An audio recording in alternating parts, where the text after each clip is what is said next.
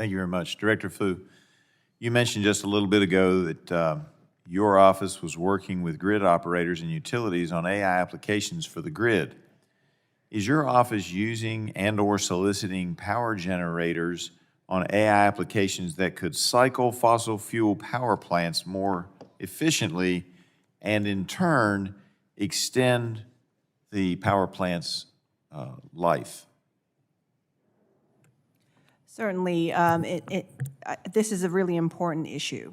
Being able to ensure energy security, being able to assure low-cost energy, and also reliability. These are all broad issues that are really important for the grid. On the specific question of how we're trying to extend specific types of energy, I will get back to you on that. Well, I would appreciate it because I think it's very important, because I think that because it costs so much to build a power plant, that the longer we can get useful energy out of that power plant, it's better for all concerned. And you would agree with that, would you not? It's important to make sure that the investments that are going into the grid are put to best use. Absolutely. All right, so that was my highbrow question. Mr. Khan, I'm going to go lowbrow on you. We got a lot of folks up here going to ask you big picture questions, and I'm sitting here listening to it, and they're all fabulous, and we have concerns about AI, and we should. And then I realized that, maybe I should ask the lowbrow question, and that is, on my phone I have had, right now I only think I have one AI application or one company, and that's my Merlin bird identification app.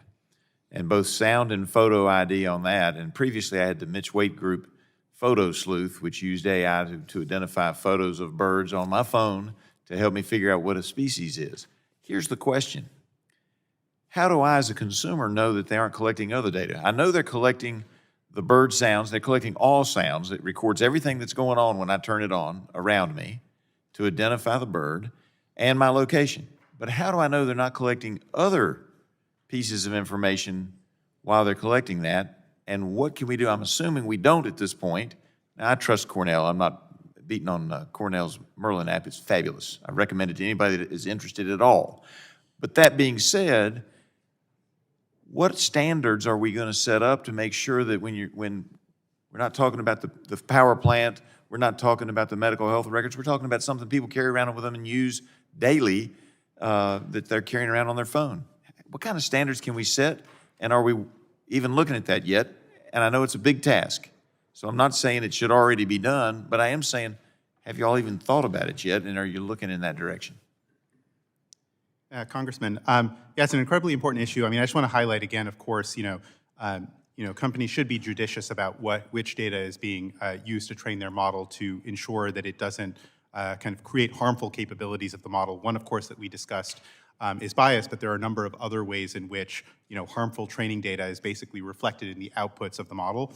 And so I think we absolutely do need to kind of consider standards and best practices to ensure the right data is used to train these models. I think another element, just going back to the issue of privacy, of course, federal data privacy legislation, I think will be critical here to ensure that personal data is appropriately protected. So those are a couple of the efforts that I think we should undertake. And I would also just like to highlight, we've been working kind of with our partners and allies on this issue as well. The department has worked with the Department of State in the G7 to create a developer's code of conduct. One of the issues that we did agree when we published the code of conduct is to be kind of very careful about input data as well. So I think this is an active conversation that we need to kind of continue to focus on. And I would agree, and it both it recognizes, in that lowbrow question, it recognizes both that we have some concerns that we should have as overseeing committee on AI, and it also shows the great potential, because what they're able to do is that in the next few years, we're tracking the bird movements, how the species are moving as a result of climate changes, or maybe they've been there all along and we just didn't realize it because it's hard to get. And now, instead of relying on notes from an individual, we've got the AI that says, yep, that person actually did see the saw-whet owl in Roanoke County on a particular day at a particular time of the year, and we can track that. It's got great potential. It also has great risk. I yield back.